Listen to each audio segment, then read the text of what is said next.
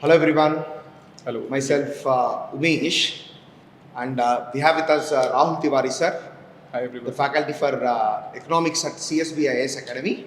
Today we are going to talk about the key highlights of the budget of 2025-26 as presented by Nirmala Sitharaman. I will be raising some questions for which Rahul Tiwari sir is going to give us information about the things which are mentioned in the union budget. In fact, very importantly, this year, the union budget, it started with the very famous statement of Gurujala Apparao, saying that a country is not just its soil, a country is its people. So let's see what are the key highlights which are present in the budget. First and foremost, Rahulji, so what are the things which are the key areas that are focused on in budget? Thank you, sir. In this budget, government has focused on key pillar area like agriculture, MSME, and rural and urban kind of balance they have tried to provide. And they also emphasize how to grow the exports. How to grow the exports. Yes. Very good, sir. So now the thing is, this year in the budget, if we observe, so first and foremost, there is an aspect that, okay, there is focus on reforms, there is focus on inclusivity, and along with that, the final aim of the budget is prepare the roadmap for the Viksit Bharat strategy that we have by 2047. And if you look at the budget, the final print of the budget, okay, so there is first and foremost focus or high amount of focus on Garib, youth, Annadata and Nari. That is the poor, the young, the farmer and the women. These are the sections which are of special focus in the budget. First and foremost, when it comes to the Annadata, that is the farmer, what are the key provisions which are present in the budget for the farmer, sir? Sir, for farmers, government have initiated few schemes. For example, government have tried to focus especially those areas which are under low productivity.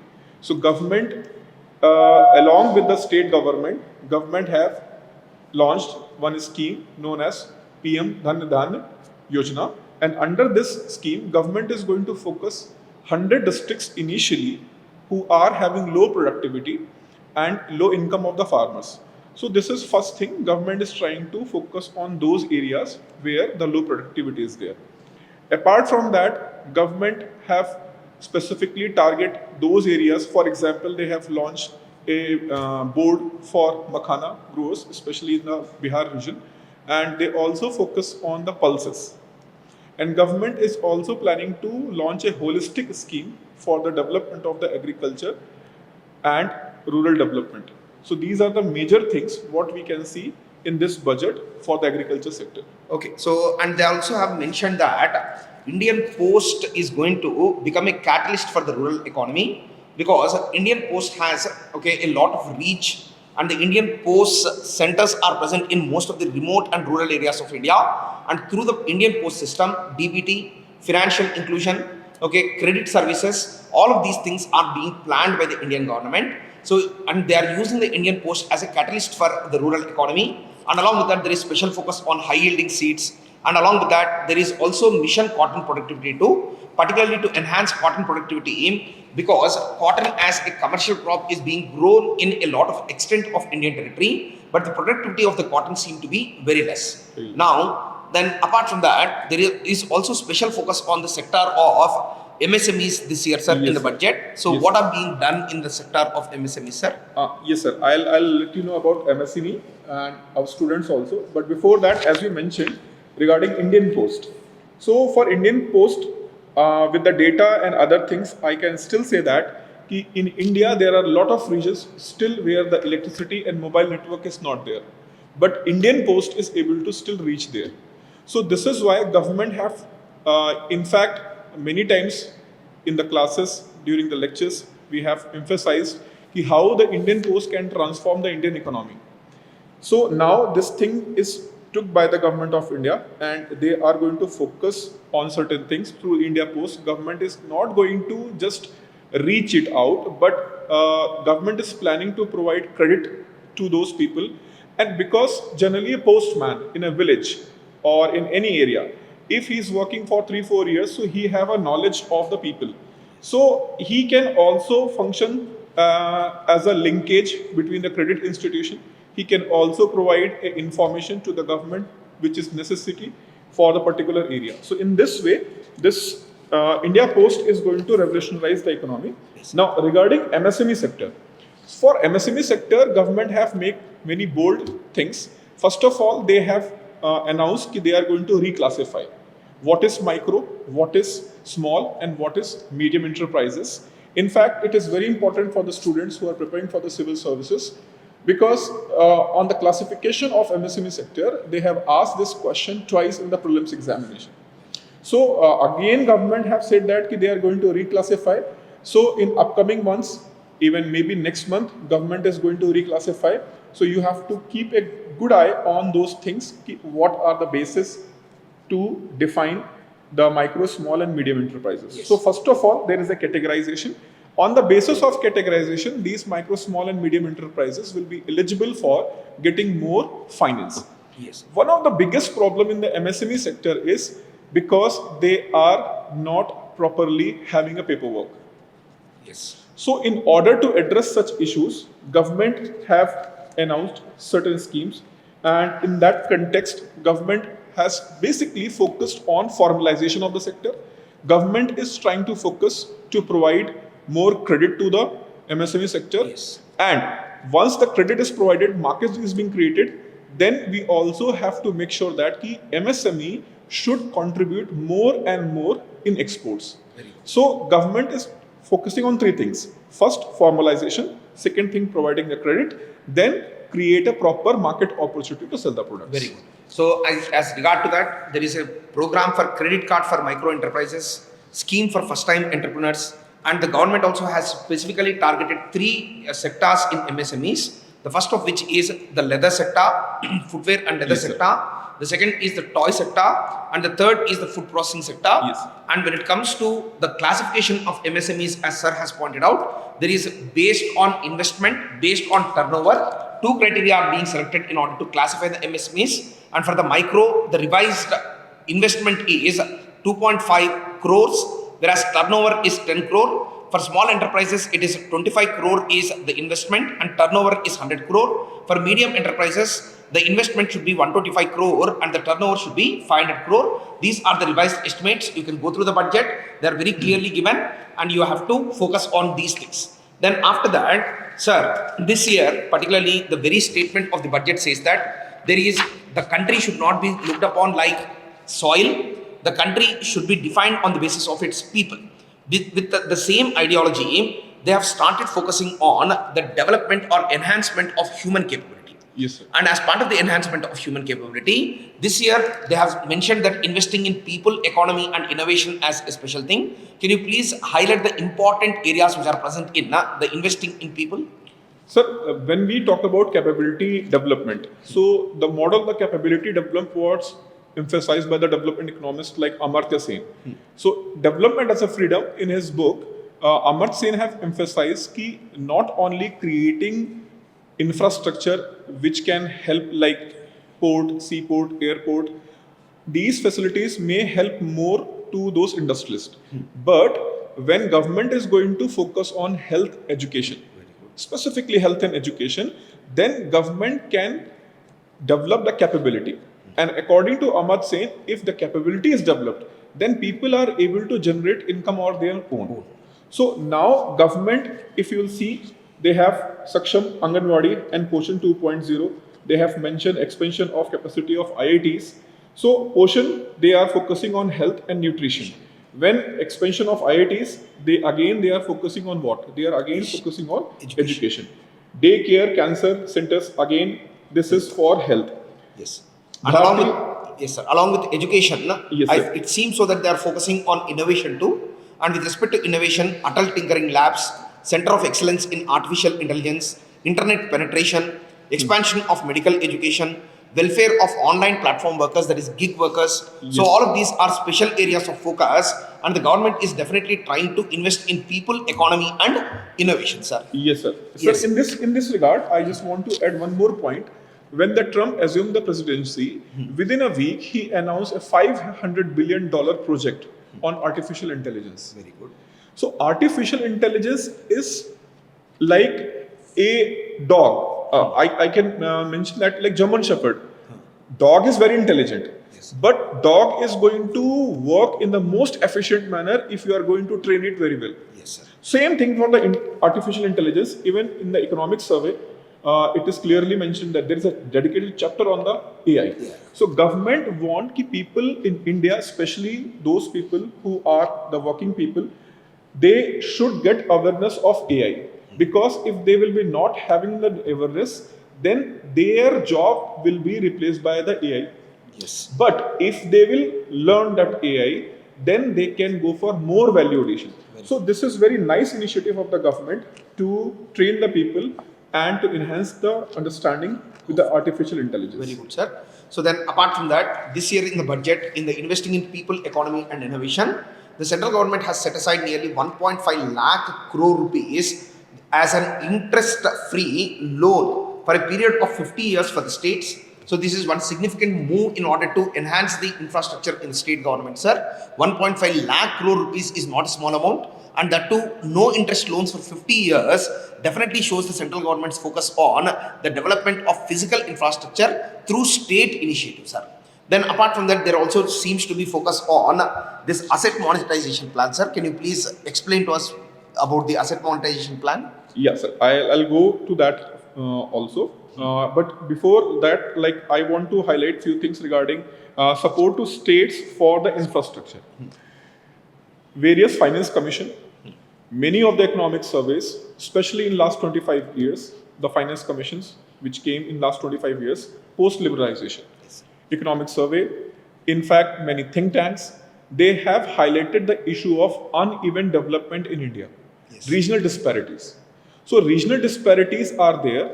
So in order to address these regional disparities, government have to take certain initiative. In fact, in the last year's budget, government have provided capital expenditure allocation to certain states, 16 states. In fact, 16 states got the capital expenditure allocation from the state government of India. This year, that amount have been increased to massive 1.5 lakh crore, and this is going to definitely help the states to try to develop more parity at the regional level, so that development which is uneven, it can be even. Now, if we see India as a geographical location, so India is a vast country, fine. And in that context, Indian government, because we have opted a socialist economic model from independence, so government of India have a lot of assets. Yes, sir. These assets, either they are underutilized or they are not performing very well. So government have decided ki let's monetize these assets in order to create more capital for other infrastructure development. Plus those assets which is owned by the government of India go for the strategic disinvestments and even going for the lease, so that these resources which are underutilized or not properly utilized, they should be better utilized for the infrastructure development of the country. Very good, sir. So then apart from that, there is focus on Jal Jeevan mission, and there is 100% coverage is the target. There is focus on power sector reforms too, yes, but there is also a focus on urban challenge fund, sir. So definitely in the recent years, we have seen that there is a rising growth of population in urban areas, and urban areas are facing a lot many unique challenges, because of which reason the central government seems to have set aside nearly 1 lakh crore rupees in order to face the urban challenges and convert the cities as growth hubs and creative and redevelopment of cities and water and sanitation, sir. Then apart from that, this year particularly, there is a sector in which the government has permitted the private player by in fact amending some of the laws. There is nuclear energy mission for Viksit Bharat, sir. Can you please explain about it, sir? Yes, sir. I would like to first of all, like Jal Jeevan mission and urban challenge, I want to let you know, to our students also specifically, you can connect with this. If you'll see last few years, Mumbai, Bangalore, Chennai, and even Hyderabad, all these are the biggest cities in India. They have faced water related issues at a different point of time. Yes, sir. So water is getting a big issue in the major cities in the India, because population is expanding in very fast manner. Urbanization, post-liberalization is increasing with very rapid pace. And India is one of the fastest growing in the economy in the world. And because of that, certain challenges are upcoming, and especially water related, because of the climate change issue, uneven urbanization, not proper sanitation and availability of water. So in that context, government want to make sure that the urbanization should go even and it should work properly. So in this context, and if you will see the energy, India have committed to go for net zero. Yes, sir. So in order to be get net zero, we need a clean energy sources. So when we talk about clean energy sources, nuclear energy, though it may be a little bit controversial because of the safety issue, but it is one of the cleanest source. And till then now, NPCIL, Nuclear Power Corporation of India, is a exclusive agency which look power plants in India. But as India have signed a nuclear civil nuclear deal with many of the developed countries, starting from US, France, Russia, UK, with many countries we have a nuclear deal. So in that context, private sector can accelerate the integration of nuclear power based energy with the our urban centers. And if we'll see country like, for example, country like Japan, country like Russia. So country like Russia, which have abundant source of natural resource or conventional sources, still they are relying on what? Still they are focusing on nuclear energy. Even France, which have access to cheap energy sources, conventional energy sources, still they are relying on what? Nuclear power.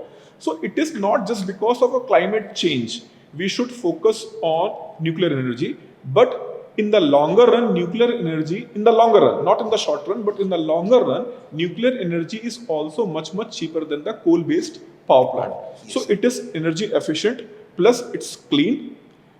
Yes, there are the safety issues, but if the safety issues, for example, we have never seen any kind of nuclear disaster in European countries. Yes. So in that context, focus on the nuclear energy because it's an energy. Yes. And energy and water, urbanization, these are the important aspect of country which is aspiring for being developed. Yes. So it's a very, yes sir. So in that and particularly they are focusing on amending the Atomic Energy Act and Civil Liability for Nuclear Damage Act. Yes, I remember in the context of the civil nuclear deal that you were talking about, the civil liability was a major concern for the private sector. Major concern. So because of which reason, so now it is being amended, which is a good thing. And apart from that, there is a focus on UDAN too.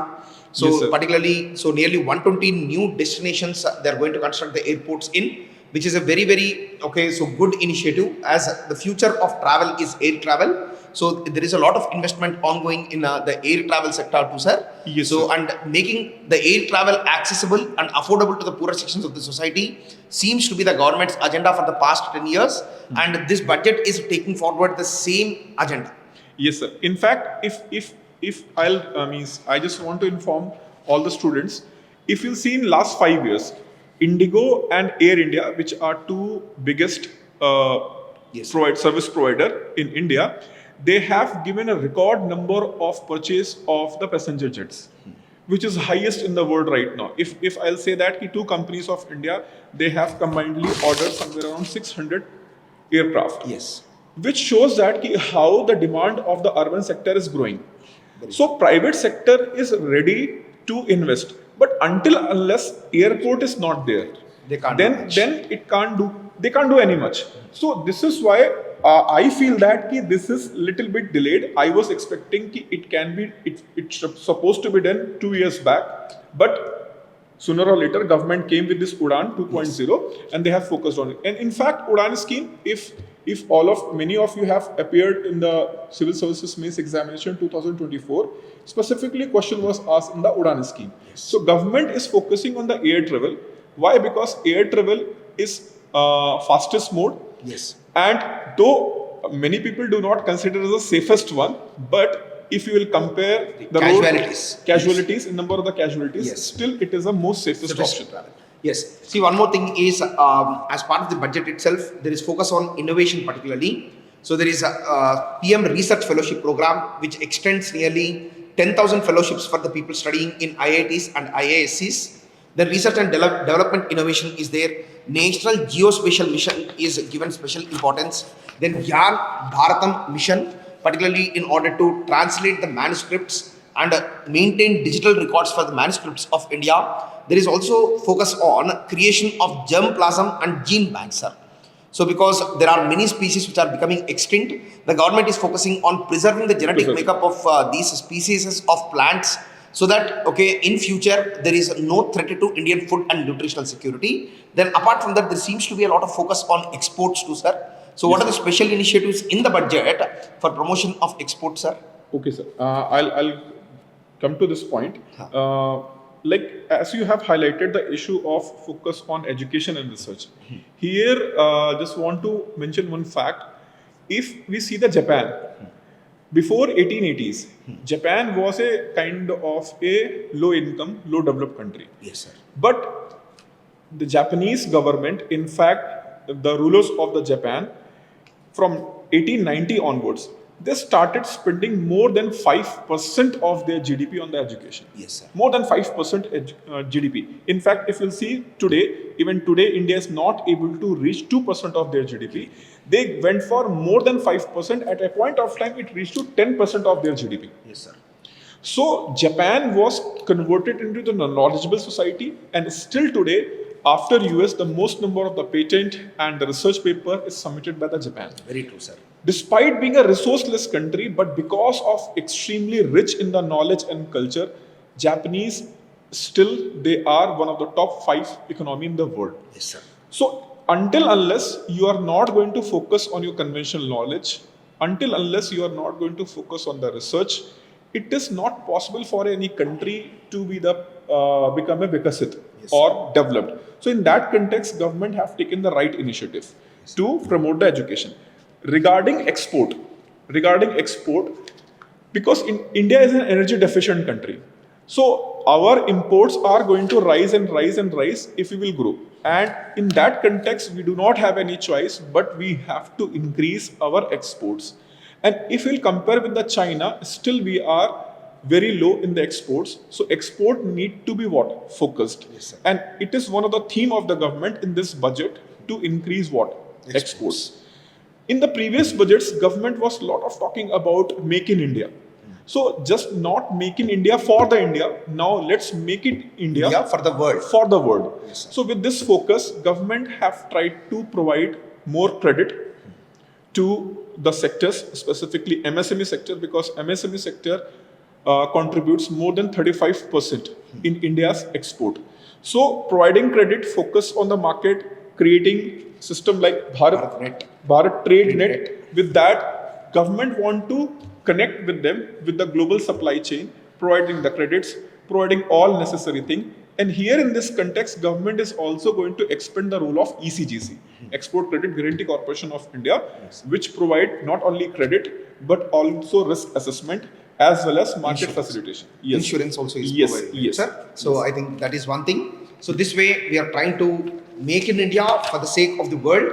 So is one important theme that sir has pointed out. Then when it comes to the financial sector reforms and development, sir, this year particularly the CIBIL score or the credit score is being extended to the people living from the rural areas. So there is needs for SHG members, people in rural areas, for them a specific score called Grameen credit score is being given, sir. Maybe this will enhance the capability or the trust of the banks on the person. So is one important theme that has been touched upon, sir.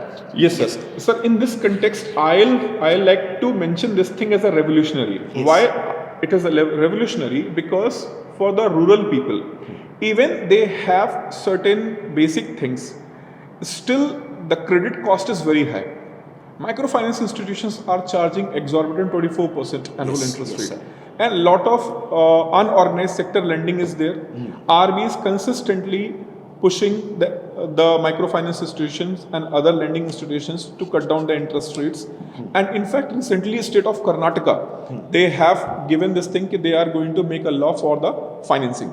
So financing in the rural sector is a big issue. Yes. Why? Because first of all, they do not have the proper documentation. Yes, sir. Even they have the documentation, still the interest rates are very high.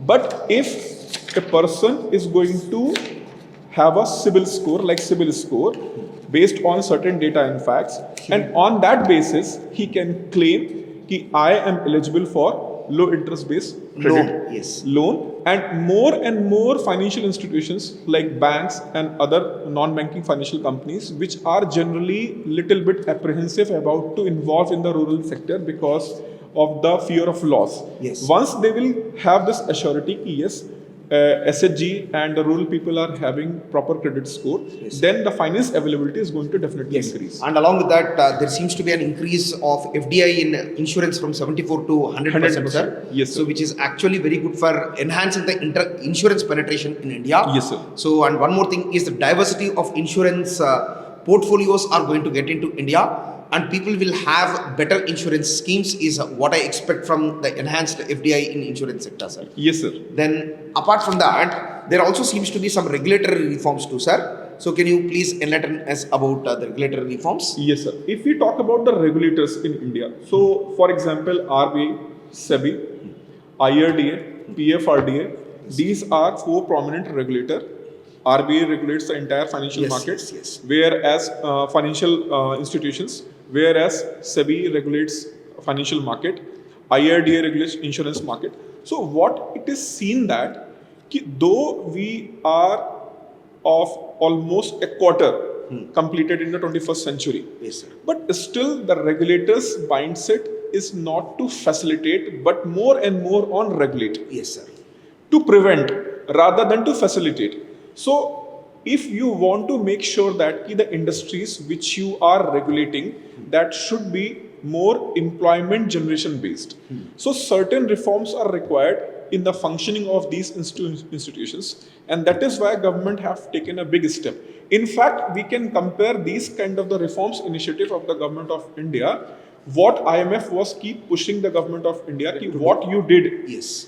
what Maybe you did. these are part of the second generation. Yes, reforms, second right, generation sir? reforms. Yes, sir. So these are the part of second generation reforms which are long due since last 25 years. Yes, very good. So then, over and above that, sir, there seems to be one new index that has been created, like investment friendliness index of the states. So this goes one step beyond ease of doing business. Yes, So yes. because here, not just the ease of doing business, but how friendly the state government is towards investment is being assessed, sir. Yes, So we sir. have to wait for the criteria which are being considered on the index. But this is a new and path-breaking proposal which has been made by the center, sir, in the budget. Yes, sir. I like to mention few examples here. Like when a semiconductor sector was promoted by the government of India, and one big company want to invest in India, Vedanta, they want to invest in India, and there was a battle between two states, Maharashtra and Gujarat. Yes. And finally, Gujarat who got this project, and then politicians in Maharashtra, they are accusing that Gujarat Yes, have used the influence of the Prime Yes. Minister. Yes. But that was competition between two states only. Yes, sir.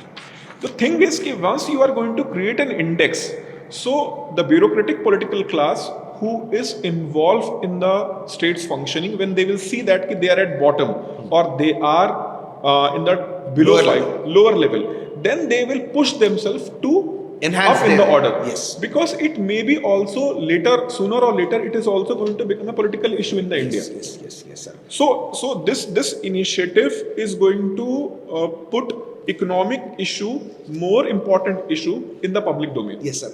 And there seems to be one more initiative, that is Jan Vishwas bill. So this bill, it tries to decriminalize more than 100 provisions in various laws, sir. Yes, so sir. because earlier, in fact, in India, there was regulatory terrorism, wherein the people who break certain rules and regulations, they are being criminalized and jailed. Now, the criminalization aspect in various laws is being reduced in order to facilitate private investment, is my expectation, sir. Yes, sir. Then the most important change, sir, that is direct tax proposals. Yes, So sir. when it comes to the income tax, there seems to be a lot of confusion, because in the budget it is clearly mentioned that 0 to 4 lakh is a nil tax, 4 to 8 lakhs is 5%, 8 to 12 lakhs is 10%.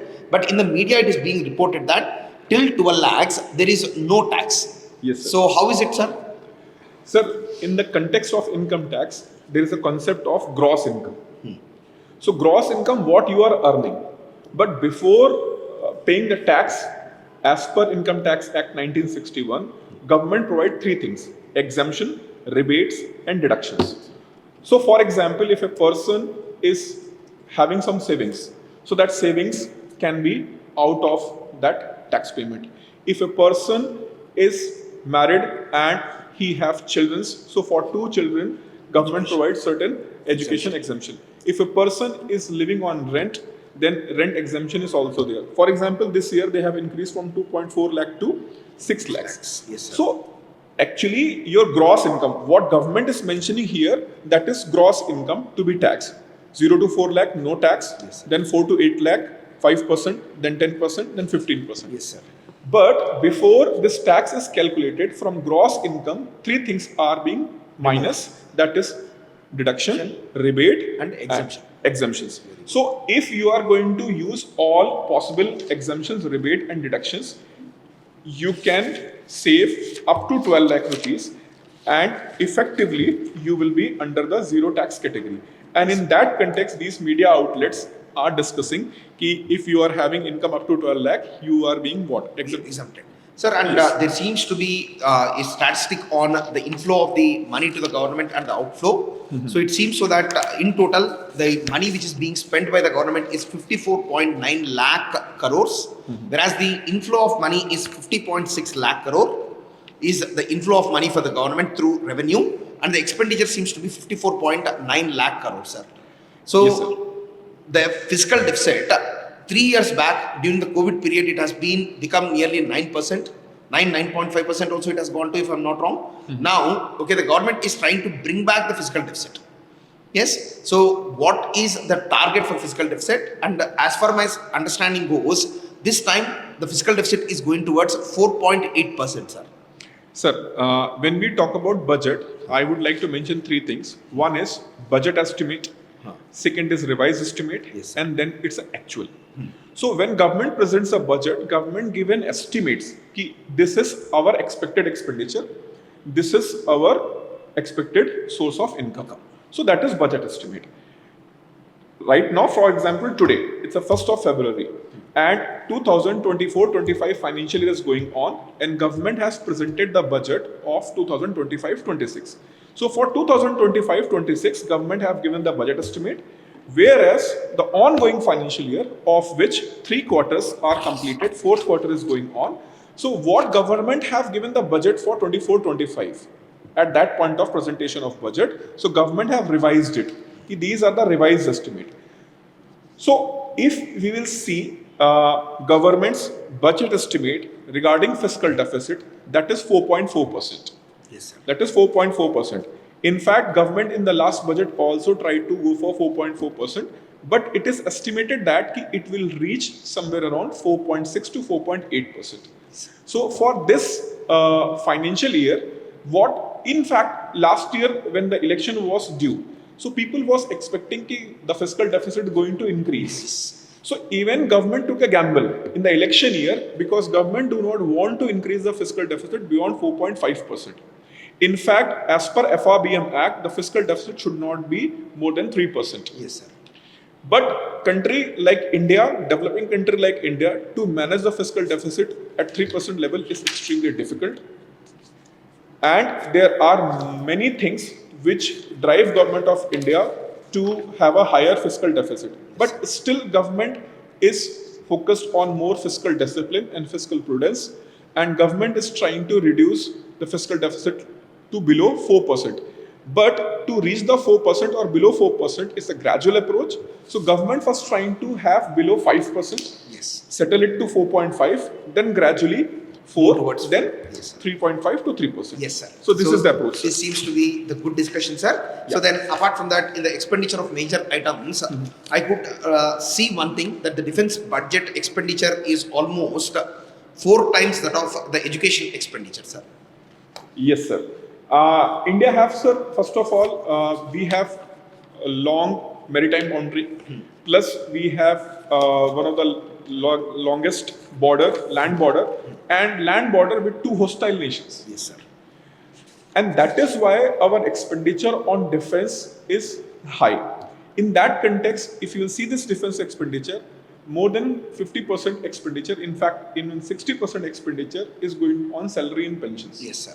So defense expenditure is not only this year, but in fact since independence, if you will see ministry-wise, defense expenditure is the highest expenditure, because of our certain issues and problems which we do face. Yes, sir. For example, if your adversaries are purchasing new generation aircrafts, Yes. then you will also compel to purchase. Yes, we will be obligated to purchase. Yes, obligated to And purchase. I think so that even education, health, and other sectors, they will also have contributory spending by the states too, right, sir? Yes, sir. This is only the central government Yes, budget, yes, and yes. central government mandate is defense. Yes. Whereas rural development, home affairs, agriculture, States- and allied yes, activities. sir. So there, the states spending States- also will enhance the overall Yes. spending.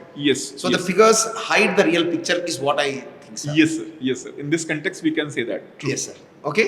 So on this note, let's wind up the discussion on budget. So we got a lot of inputs, and for more such inputs, please join and subscribe the CSB Academy app. So thank you, Rahul sir. So it Thank was you, sir. very nice discussing with you, sir. Thank you, sir. And I would like to also inform that we are also going to have a detailed explanation of this budget and economic survey very soon. In that detailed discussion, we will provide from how the budget is being made to each and every fine details which is presented by the Government of India in Budget and Economic Survey. So stay tuned and be connected with us. We are definitely going to provide you in-depth analysis plus questions on that for the practice of prelims and mains examination. Thank you.